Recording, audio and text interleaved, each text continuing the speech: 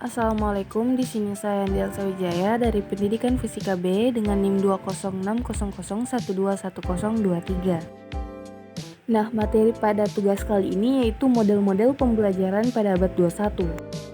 Nah, abad 21 merupakan abad di mana teknologi berkembang begitu pesat. Setelah berjalan selama 20 tahun, teknologi sudah menjadi bagian dari kehidupan sehari-hari kita. Pada abad ini pula mulai dikenal istilah media sosial seperti Friendster, Facebook, Twitter, Instagram, dan masih banyak yang lainnya. Nah, hal itu juga berdampak pada sistem pembelajaran para peserta didik sehingga muncul istilah pembelajaran abad 21.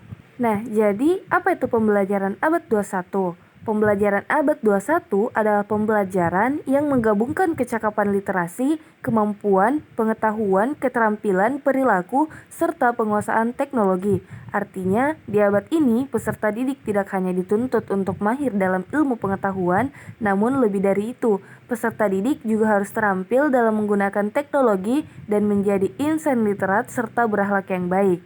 Itulah mengapa kompetensi yang harus dimiliki pada abad 21 disebut sebagai 4C yang mencangkup creativity and innovation, collaboration, communication, and critical thinking and problem solving. Pembelajaran di abad ini haruslah berbasis HOTS, yaitu High Order Thinking Skill atau keterampilan berpikir tingkat tinggi. Nah, masuk pada inti materi kita pada hari ini yaitu model-model pembelajaran pada abad 21. Pada abad 21 ada dua model pembelajaran. Yang pertama adalah model pembelajaran problem based learning. Kemudian yang kedua adalah model project based learning. Nah, di mana teman-teman pada pengertian dari model pertama yaitu peserta didik dituntut untuk aktif dalam proses pemecahan masalah yang dilakukan secara ilmiah. Masalah yang diangkat haruslah masalah yang dekat dengan kehidupan peserta didik pada abad 21 ini. Agar tujuan pembelajaran bisa tercapai, peserta didik diberi kesempatan untuk bertukar pendapat dengan peserta didik lainnya. Kemudian yang kedua yaitu model project based learning. Model pembelajaran ini menekankan pada kemampuan peserta didik dalam menciptakan suatu karya sebagai bentuk solusi atas suatu permasalahan.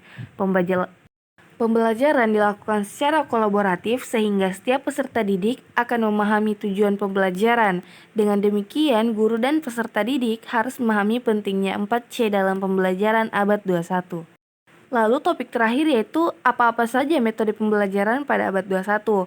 Menurut sumber yang saya baca ada dua model pembelajaran abad 21 yaitu yang pertama SGD atau Small Group Discussion, kemudian yang kedua ada RPL atau Role Play and Simulation Learning, di mana SGD itu adalah metode pembelajaran yang mengelompokkan peserta didik dalam grup-grup kecil berisi 4-6 anggota.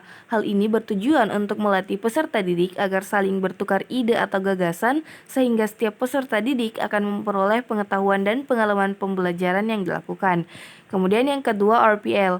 RPL adalah metode pembelajaran yang melibatkan peran peserta didik dalam menyampaikan materi dalam bentuk acting. Dalam berakting, peserta didik ditekankan untuk memanfaatkan teknologi yang telah ada. Misalnya saja, memperagakan kisah terbentuknya gunung Tangkuban Perahu. Nah, peserta didik bisa memperagakannya dalam bentuk video, kemudian video dapat ditayangkan depan kelas. Mungkin itu saja video tugas saya mengenai model-model pembelajaran serta metode yang digunakan pada pembelajaran abad 21. Saya Andi Elsawijaya, saya tutup. Assalamualaikum warahmatullahi wabarakatuh.